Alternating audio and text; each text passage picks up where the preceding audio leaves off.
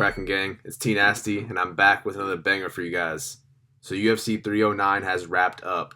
It did not go as I predicted for my boy Stipe, but I'd be lying if I said that's not what I expected to happen deep down. That was a vintage John Jones performance. Man, he looked fucking good. As much as it pains me to say this and disgusts me deep down in my core, John is the best ever in any combat sport, no doubt. Skill for skill, nobody comes close to him, in my opinion. It's just a shame he has tarnished his legacy so badly because I really want to root for him, but I just couldn't live with myself if I did that. But the fact of the matter is, he's an amazing fighter, the best ever even, but not the greatest in my opinion. It was a fantastic performance though. He finished Stipe with a nasty spinning back kick to the body. Stipe did look old and slow though, but it was a sick highlight. And it's just crazy how Stipe washed up so quickly. But he was able to catch John a few times. I told you guys that boxing is John's weakness. Somebody with similar size and boxing to Stipe, but with more mobility and speed, will be able to defeat John if he sticks around. And in the co-main event, Charles Oliveira dominated Michael Chandler. It got a little dicey at the end, but Charles managed to hang on to the end and get the 49-46. He probably could have submitted him like I predicted if Chandler wasn't such a dirty fighter. Cage grabs, glove grabs, eye pokes, and back of the head shots. I mean, it doesn't get more blatant than that. My boy Dustin was right to get on his ass about that shit. Chandler is lucky Oliveira is a nice guy. But it was a really good fight. The rest of the main card was kind of mid. Nickal looked overrated as hell against Paul Craig. A women's fight happened. I don't know, I missed it. I was in the bathroom. And then my boy Ruffy dominated James Muffintop. Unfortunately, couldn't get the finish, but he looked really good until he gassed out. Any other lightweight would have went out to those shots. Jan Top just had hella weight behind him to survive. And then the prelims were incredible. A lot of good performances and finishes. Overall, this was a great card. I feel bad for talking so much shit because it delivered for me. The main card was a bit slow in the middle, but the prelims were incredible. I would probably have to give it a B+. And as for the Paul versus Tyson card, the Barrios versus Ramos fight was insane, and then Taylor versus Serrano was an epic fight. I can't wait to see the trilogy. Whether they do MMA or boxing, it will be great. If they do boxing, it has to be 12 3-minute rounds. These ladies deserve it. And the main event was just a tragedy. I told you guys Mike would gas out within 3 rounds and Jake would make him look silly. I thought it would be way worse, but Jake basically admitted he was just playing with him the whole time. Let's call this fight what it was, a glorified sparring match. But for real, why even fight Mike if you're not going to try? Anybody who was betting on Mike Tyson or thinking he would win, you're dumb as hell. It's not the 80s anymore, let it go. The reach of this card was crazy though, it felt so big. I had girls I went to high school with arguing on Facebook whether or not Serrano versus Taylor was a robbery. The casuals were out for this one for sure, but overall it was an entertaining event. Netflix just needs to get their shit together because the stream was fucking terrible. It kept lagging out, and then it would actually work. It was like 240p. It was garbage. But the highlight of the whole card was seeing Mike Tyson's bare ass cheeks. Now I'm gonna make a quick cut. And hop in a call with the boys. We're gonna go over the results from our draft. Spoiler alert: there is a new TNastyMMA champion, and our reactions to the card as well. Then I will come back and give you guys the results of my picks, as well as my fights to make for all the big winners and losers, and my updated 100% accurate pound-for-pound rankings. But with all that being said, I will be right back. All right, what is going on, guys? The UFC 309 draft is in the books. We have a brand new T-Nasty MMA champion. Everyone, let's give a quick round of applause for Brendo. Finally, after 3 attempts, he got the belt. Yes, sir. Yes, sir. Brendo, what does it mean to you to be the T-Nasty MMA champion? I've been waiting my whole life for this. This is everything I have ever dreamed for. All the fame and recognition I've been getting over the past 24 hours has been amazing. The riches. I'm about to quit my job at Arby's after becoming T-Nasty MMA champ. But it's been really great, and I just like to thank my mom and my dad for the performance, and yeah, it's been amazing. Yeah, I mean, you had a great draft, man. Tell me, what was your favorite performance from your team on this card? Definitely Jim fucking Miller. That was the hypest I might have been in a while Yeah, for seeing a finish. absolutely. Yeah, you just had an outstanding performance, man. I'm very proud of you. Even though I ended up losing my belt, and I of course was the big loser on this one, but yeah, I'm very proud of your performance. And we got 310 coming up here in a couple weeks. So, how are you feeling? Looking forward to your first title defense coming up. Uh, I'm feeling pretty good. I think I've got the advantage going into it, but I don't know. We'll see how the training camp goes. Hell yeah. That's what I like to hear. All right, well, let's take it over to Jared. You were the big loser last time, and this time you're safe in the middle. How are you feeling about your performance in this draft on the UFC 309 card? I went with the kind of a little bit of a different strategy than last time. Still, backed some stuff up with some stats, but still negative. So, can't be satisfied with the performance, honestly. Hoping that next time around I kind of go with more of a feel versus more of what the numbers say. I think it might help me in my favor. But overall, great fights, great card, and glad that I'm not in last. Yeah, for sure. You know, it's crazy how things turn around for you. 2 months ago, I was on top of the world. I won the title for the first time. I defended my belt, and now I'm in last. So, it happens sometimes. But you did a good job this time around, and we'll see how you do in the next one. Adam, once again in the middle, not the winner, but not the loser once again. How you feeling about your performance? Back to back drafts, picking on vibes, back to back drafts, getting second. This is where I'm starting to think maybe do I switch up the strategy? Yeah, But I don't know. maybe. I'm just a vibe picker. But Michael Chandler, he let me down, thought he could get it done. I didn't really think he'd get it done, but still a little upset about that one. But Johnny Bones is back, so that's one good takeaway. Yeah, for sure. Chandler was close. He almost had him in that last round. Oh yeah. Yeah. Speaking of takeaways, I want to go through real quick and get each of your guys' main takeaway from the card. 309, in my opinion, was it delivered. I was talking shit on the card for months coming up, but as we got closer, I started to get more and more hyped. And then once we got to the night, I thought it was amazing. The prelims especially were just awesome. So many finishes and good performances. The main card slowed down a little bit, but it was ended up pretty good by the end with that great performance from John Jones. So Brendo, the new champion, I want to start with you. What is your main takeaway from UFC 309? Um, like Adam said, John Jones is back. So hopefully we get to see him defend against Aspinall. Well, not defend, but merge the titles against Aspinall. Mm, And then I'm excited to see Bo Nickal maybe face like another top guy, but that's a little bit better at striking. Well, I want to see him get tested on the feet. And then other than that, I just thought that it was a pretty solid night. I had a good time, obviously. yeah, it I was wasn't awesome. yeah, I wasn't too worried ever. Felt Yeah, like I I was having mean, a good night. yeah, I'm gonna put the scores up on the screen, but you were at +9 by the end of it. You're at +8 for a good portion of the card, so you had a great time for sure. Jared, what was your main takeaway from UFC 309? Yeah, might get a lot of controversy and a lot of comment hate for this one, but I think with all of Dana White's rule changes, the Bo Nickel fight really just shows that UFC isn't all about the knockouts and not all about getting guys to the ground and submitting. I thought Bo Nickel fought one of his best fights that I've ever seen. Even though that it wasn't exciting, I feel like Bo's a guy that goes in with a game plan and sticks to it very strictly.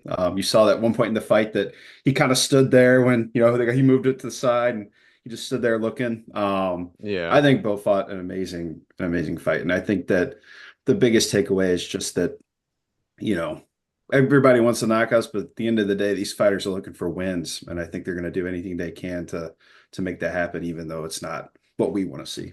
yeah, definitely. I mean, honestly, that just seems to be the new meta in the UFC. A lot of guys are going in there to get the win, no matter what. Not as many guys are really coming in there just to scrap, just to fight anymore. And it's working out for guys like Bo Nickel. It's interesting that was your take because, in my opinion, I was agreeing with the crowd immediately after. I thought he was overrated. I thought he was going to knock out Paul Craig. But I mean, I totally get what you're saying. I think he did have a very composed and he had a game plan, obviously, and he stuck to it. But I just wish he would have taken a little bit more risk. I think he could have finished Paul Craig if he really wanted to. But yeah, Bo Nickel is definitely going to be a big prospect going forward for sure. So I like that take. Adam, what is your main takeaway from UFC 309? I think despite the fact that it was a slightly underwhelming performance for Bo, I think just keep lining up better fighters for him until he truly gets tested. I Yeah, think he's got what it takes, but maybe he didn't show it that night.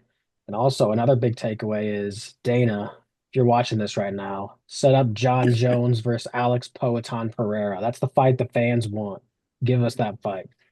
that's crazy. I You might know be one of the only people who wants to see that over Aspinall. John even said himself in the post interview he's not all that excited about fighting Aspinall. He wants Yeah, because he Alex. knows he's gonna get fucking Yeah. bitched. He knows Yeah, he's he's gonna scared. lose. He's scared, in my opinion. He's ducking. No, I mean that is another fight I want to see. I want to see I want to see John versus Alex as well. I don't know. I want to see all three of those guys fight each other. I think it's just very interesting matchups between all of them. But yeah, UFC 309 was awesome. We all did great in the draft, except for me, obviously. But so after the UFC pay-per-views, they always do a fight of the night and two performance of the nights. Each person gets $50,000. So I'm gonna go through to each of you guys and get your fight of the night and performance of the night. Starting with you, Brendo. Who's your fight of the night gonna be? Hold up, let me look over the card real quick. Fight of the night probably goes to Chandler and Charles, Yeah, and then for performance bonus, one to Jim Miller for sure, and then absolutely. um, probably also to Ruffy. That was a good fight. Yeah. I mean, I love Ruffy's performance. You guys see I got the Fighting Nerds glasses on. I thought you were gonna go with one of the guys in your team though. Marcin Tybura got a finish. Ramiz Brahimaj got a first round finish for you. Really got you on the scoreboard. So, but Yeah, I I hope respect those you takes. remember that fight though. That's the only reason I didn't go for it. All right, I respect the takes though. That's the new champ right there. Feeling proud of himself. Jared, who's your fight of the night and who your performance of the night's going to? Fight of the night has to be like what you said, um the Charles fight really. Michael Chandler, dude, holy cow, it's one of my performances. Not even Charles.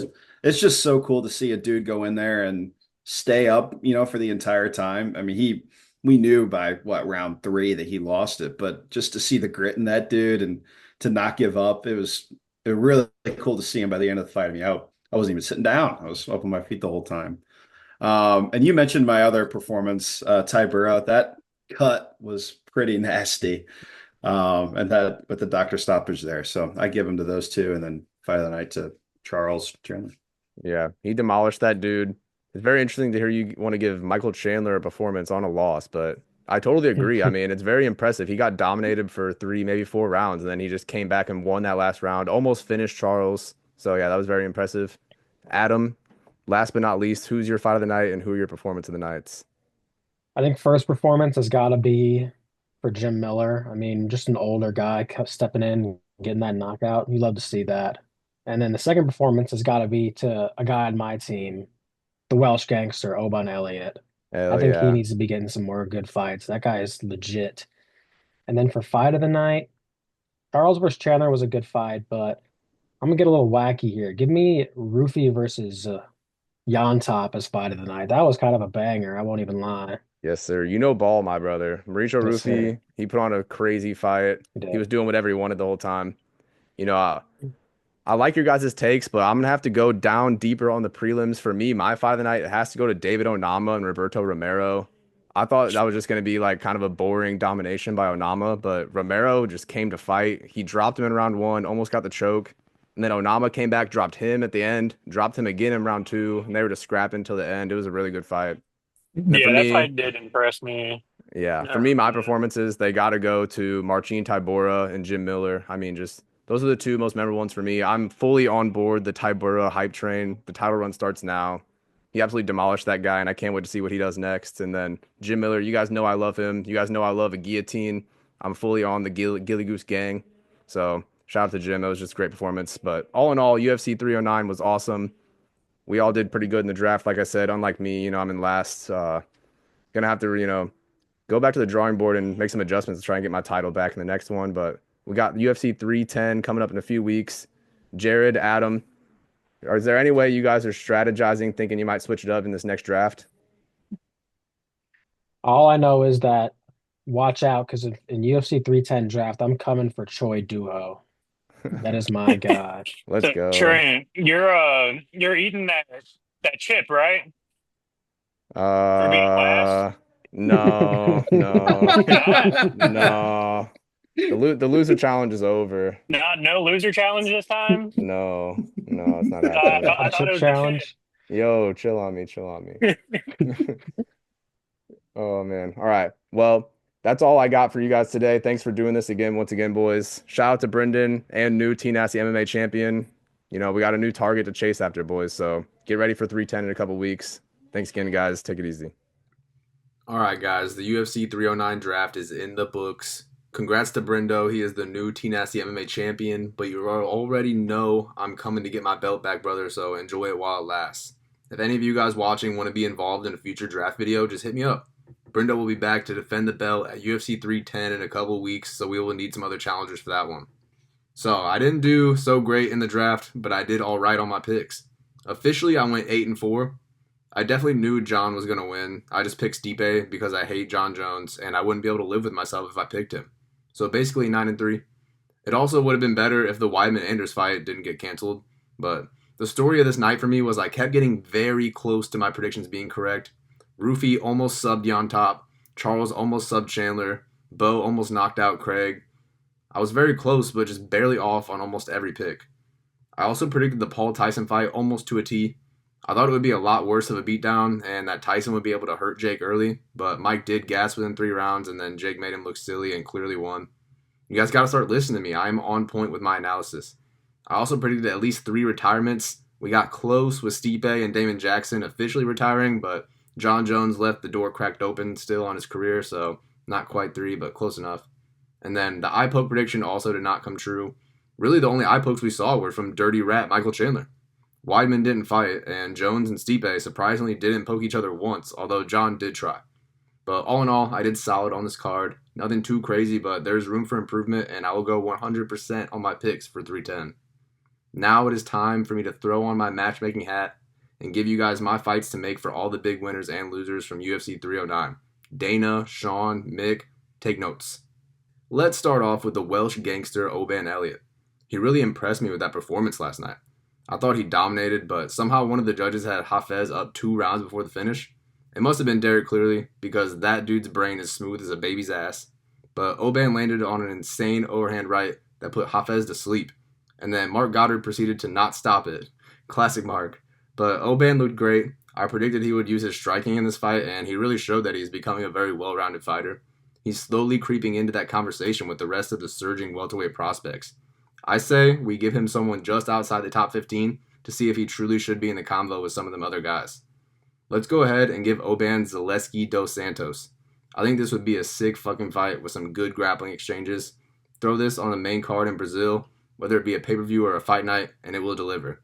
And then if he wins, we can let him beat up Neil Magny after for a shot at the rankings. Next up, we had another crazy KO on the prelims by Ramiz Brahimaj. I'll keep it 100. I underestimated my boy Ramiz. He looked really good last night. I mean, it was against bum-ass Mickey Gall, but still, he looked good, so he deserves a good matchup next. I say we give Ramiz Kevin Jousset. I think this would be a banger on the feet, and Ramiz could get another KO. Throw this on the prelims of that UK card early next year, and it will fit right in. And then after that, we had another great performance by my fucking boy, Marcin Tybura. He's a great fighter. I'd love to fight him again for the interim title. No, but I'm actually starting to fuck with Marcin Tybura heavy. He's looking so good lately. He's on the title run, guys. It starts right now, I promise you. But he looked good as fuck out there. He's really having a career resurgence. Bro's ground game is like that. I think Marcin deserves something big, so I say we give him the Derek Lewis rematch as a fight night main event. I know I usually hate on rematches, but this one actually makes sense because Derek is on the decline and Tybura is making a comeback in his career. Also, Tybura deserves a gift for his performances as of late, and Derek deserves to be punished for pulling out a few weeks ago. So let's do Tybura versus Lewis 2 in a main event early next year. Then for the fight of the night, we had a crazy scrap between David Onama and Roberto Romero. I did not expect to go down like this. I know Onama usually puts on fun fights, but I didn't expect Romero to do so well. He literally dropped Onama in round 1 and almost submitted him.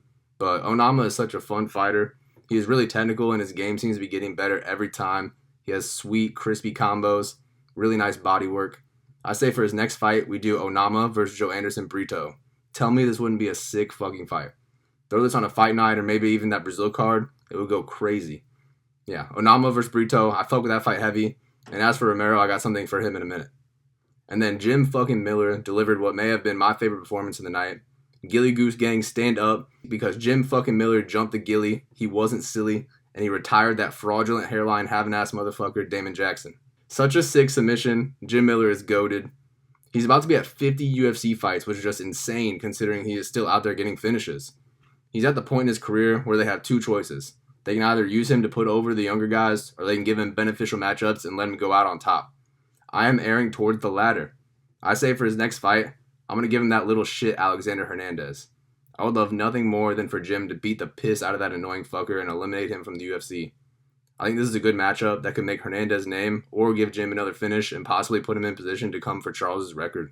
And then last on the prelims, we got to talk about my boy Trippie Redd. He looked really good in the first 2 rounds. He was boxing Martinez up. I don't know what happened to Martinez. I guess Aldo just broke him or something, but he was getting pieced up those whole first 2 rounds. And then in round 3, all of a sudden, he just starts smashing his leg. He literally had bro like hopping around. And then he decides to clinch. This fight pissed me off because both guys showed negative levels of fight IQ. Martinez was 1 kick away from winning, but just didn't pull the trigger. And then McGee is lucky he didn't. He should have been going for takedowns or grabbing him or something, but he chose to keep standing. You could tell he wanted to go back to southpaw so bad because he had no clue how to fight orthodox, but he couldn't get kicked again. Regardless, it was a good win for McGee. I would love to see him beat the brakes off of Mario Bautista, but unfortunately, they are teammates, so that's not going to happen. I say we give Marcus McGee Vinicius Oliveira next. This fight would be fucking sick. Both guys come to scrap every time. This could easily be a co-main event at the Apex. Book this shit, Dana. This is a banger. Alright, now we got to talk about my boy Mauricio Ruffy. First of all, to all you contrarians who are hating on the Fighting Nerds and think he got fraud checked, you guys are fucking morons. He literally did whatever he wanted to James Muffin Top. If he wasn't 15 pounds overweight, he would have gotten finished in that second round for sure. Ruffy did gas out a little bit, and I think if he would have went for the sub when he dropped him, he could have gotten the finish, but he is him. He literally dropped him without even looking. That shit was so fucking sick. I don't know if he's going to be elite, but I love watching this dude fight. I say for his next fight, we should give him someone who will put on a banger with him. I really want to do the Benoit Saint Denis fight like he called for, but I just don't see BSD taking that fight. Let's give him Vyacheslav Borshev next. That fight would be a fucking barn burner, and they're both coming off wins over Yontop, so it makes perfect sense. Shout out to Yontop though, he came to fight. It's a shame he is 0-3 in the UFC now, so they may end up cutting him, but I think he deserves another shot for stepping up on short notice when nobody else would fight Ruffy. He may have missed weight, but he deserves it. I say we do James Yontop versus Roberto Romero at 155. The winner gets to stay in the UFC. They both lost last night, but they also both stepped up big time and still looked pretty good, so they deserve another shot to stay in the UFC. I also think this would just be a good fight. They both are scrappers. And then we got Bot Nickal. Man, the crowd was right. This dude is fucking overrated. I told you guys, we got to stop acting like this dude is going to be a champion or some big draw. This guy is a fucking bot. He is pretty good, and he may keep rising, but we got to slow it down on him. If you can barely squeak a win against Paul Craig, you're going to have problems in the UFC. I think Joe Pyfer is a good next test for him. He will probably be able to wrestle in this fight, but if Joe can stop the takedowns, he'll make it a very, very tough fight for Bo. I really just want to see him get knocked out. Now for Chattels Oliveira, my fucking GOAT. He broke the TNastyMMA edit curse, thank God. Go check out my edit if you guys haven't seen it yet. That shit's fire. But he looked really good in this fight. He came out with a very smart game plan against Chandler, stayed composed on the feet, and dominated him on the ground. I 100% believe if Chandler wasn't a dirty cheater, he would have gotten finished. He did make it exciting at the end, though. Say what you want about Michael Chandler, but you can't deny that motherfucker is ass at fighting. Next for Charles should be a rematch against the winner of Islam and Arman. He arguably beat Saryukin at 300, and he may be the only one who can take it to Islam. Patient Charles Oliveira will be champion once again. Remember, I said this. Title shot next for Charles Oliveira. And for Chandler, man, I don't even know what else we can do for him, but he is going to make it exciting no matter what. He called out Max Holloway and McGregor. Honestly, the Holloway fight makes sense. I do want to see him versus Conor still, but I don't know if Conor will want to fight him anymore after that. But Chandler versus Holloway for the BMF belt is a perfect fight next for both guys coming off a loss. Book that for International Fight Week in July. It's going to go crazy. And now for John Jones. I mean, what else can be said? He looked like prime Johnny Bones out there. I'm honestly very intrigued for the Aspinall fight now. I think John actually could beat him. I'm favoring Tom, obviously, but Jones still has it. It's Tom Aspinall or bust. Unify or vacate. If he won't fight Tom, it's time to just retire. Amazing performance by John, though, as much as it pains me to say it, but John, you just got to quit ducking, man. Fight Tom Aspinall. And lastly, Jake Paul. It's time to fight a real boxer. If he does another freak show fight next, it's just a fucking joke. Like, I'm getting tired of the shtick. I want to see Jake fight Vidal Riley. I think that's a perfect fight for him. He's Jake's age, he's Jake's size, and he's actually a legit boxer, and he's still in on the influencer scene, so it makes sense. Jake versus Vidal would be a very even fight in my opinion, so that's the one I want to see next for Jake. And then the last thing I want to do for you guys is go over my updated, official, 100% accurate pound-for-pound rankings. Like I said in the last pay-per-view recap, I rate fighters who are well-rounded, have proven themselves at multiple weight classes, have beaten multiple former champions, and are active. So based on that, here are my rankings. At 1, I have Jon Jones. At 2, I have Islam Makhachev. At 3, I have Ilia Topuria. At 4, I have Alex Pereira. And at 5, I have Dricus du Plessis.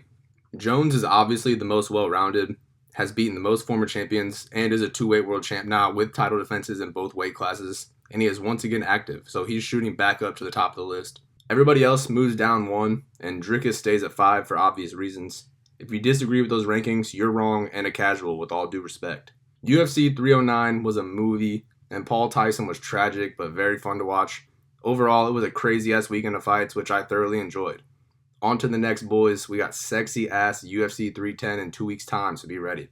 If you enjoyed this video, don't forget to smash the like button, drop a comment, hit subscribe, ring the notification bell, share this shit on Facebook, become a member, create a second account, and then repeat those steps for me.